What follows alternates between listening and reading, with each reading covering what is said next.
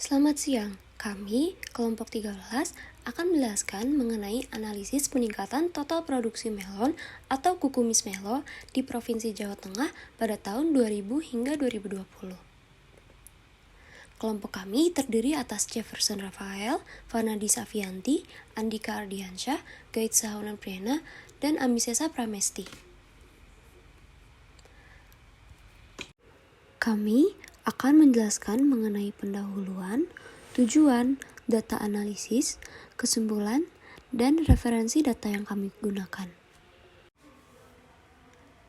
Meningkatnya permintaan produksi buah didorong oleh adanya kebutuhan mengenai pentingnya menjaga kesehatan tubuh, khususnya imunitas di masa pandemi COVID-19.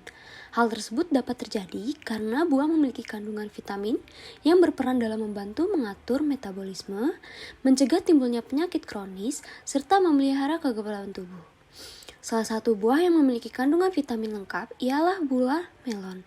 Vitamin A dan C yang terkandung di dalam buah melon merupakan penunjang utama sistem kekebalan tubuh. Buah melon juga sedikit mengandung lemak dan kolesterol, serta rendah kalori sehingga cocok dikonsumsi oleh orang yang melakukan diet. Adapun permintaan produksi buah melon di Provinsi Jawa Tengah dari tahun ke tahun semakin meningkat, seiring dengan meningkatnya kebutuhan masyarakat akan konsumsi buah yang meningkat pula. Maka dari itu, penting untuk mengetahui tren atau kecenderungan data guna memperkirakan nilai produksi buah melon beberapa tahun ke depan, agar kebutuhan masyarakat dapat terpenuhi secara optimal. Untuk data total produksi buah melon di Provinsi Jawa Tengah pada tahun 2000 hingga 2020 diperoleh dari laman bps.go.id dan akan diolah menggunakan metode analisis deret waktu melalui perangkat Lunak Art Studio. Halo, perkenalkan saya Jefferson Rafael, NIM-nya 104200024. Tujuan untuk analisa kita kali ini adalah yang pertama untuk memprediksi total produksi buah melon di Provinsi Jawa Tengah pada tahun 2021 sampai 2025 menggunakan analisis deret waktu. Yang kedua adalah untuk menentukan tren pergerakan plot data buah melon di Provinsi Jawa Tengah untuk jangka waktu yang panjang. Next. Nah, di tabel yang pertama ini kita bisa melihat bahwa total produksi melon dari tahun 2000 sampai 2020 itu cenderung meningkat walaupun peningkatannya itu dengan tren yang fluktuatif setiap tahunnya. Jadi ada yang kadang-kadang suka naik lalu turun lagi, tapi overall dia mengalami peningkatan.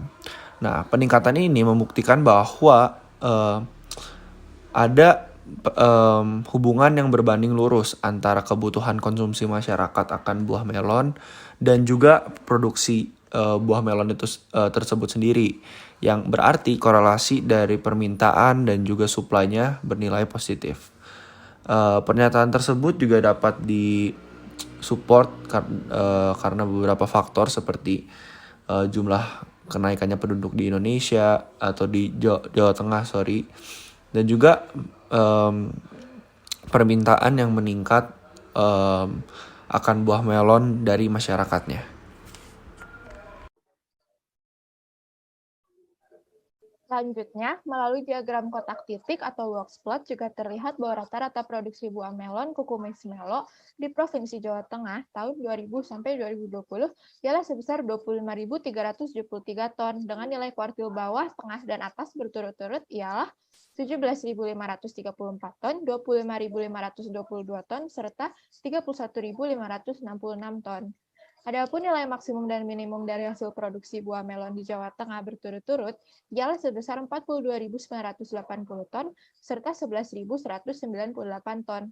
Nilai maksimum produksi buah melon diperoleh pada tahun 2014, sedangkan nilai minimumnya diperoleh pada tahun 2000. Untuk standar deviasi dari data tersebut ialah sebesar 9,225, skew-nya sebesar 0,21 yang mengindikasikan bahwa data tergolong simetris, dan kurtosis sebesar min 1,04.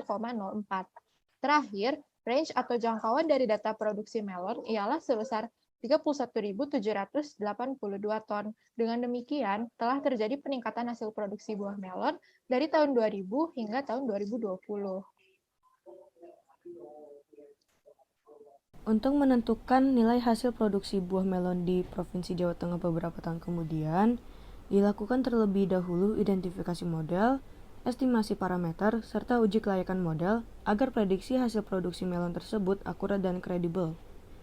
Identifikasi model dilakukan dengan mengecek apakah model tergolong ke dalam model yang stasioner atau non-stasioner. Kemudian, estimasi parameter digunakan untuk menentukan model yang paling cocok digunakan untuk memprediksi nilai produksi buah melon beberapa tahun ke depan. Kecocokan model deret waktu dapat dilihat pada grafik-grafik tersebut, di mana dibuktikan dengan plot residual yang tersebar sekitar 0, residual berdistribusi normal yang terlihat pada grafik histogram, identifikasi model di mana hasil setiap leg pada grafik ACF berada dalam taraf signifikasi. Berdasarkan hasil dari pengujian residual tersebut, didapatkan residual data merupakan residual berdistribusi normal dan merupakan model ARIMA 010. Selanjutnya, berdasarkan grafik tersebut dapat dilihat bahwa QQ plot terdistribusi normal. QQ plot memiliki peran untuk menganalisis dan membandingkan dua distribusi probabilitas secara grafis dengan memplot satu sama lain. Setelah dilakukan uji kelayakan model, selanjutnya model ARIMA dengan orden 010 dikatakan layak untuk digunakan dalam memprediksi nilai produksi melon hingga 5 tahun ke depan. Berdasarkan grafik total produksi melon di Provinsi Jawa Tengah pada tahun 2000 hingga 2025, dapat diamati bahwa pada tahun 2021 hingga 2025, nilai produksi buah melon diprediksi akan berada di sekitar 31.566 ton. Hasil produksi yang diperoleh di lapangan nantinya mungkin berbeda dengan nilai prediksi, sebab banyak sekali faktor yang dapat mempengaruhi proses produksi buah melon itu sendiri.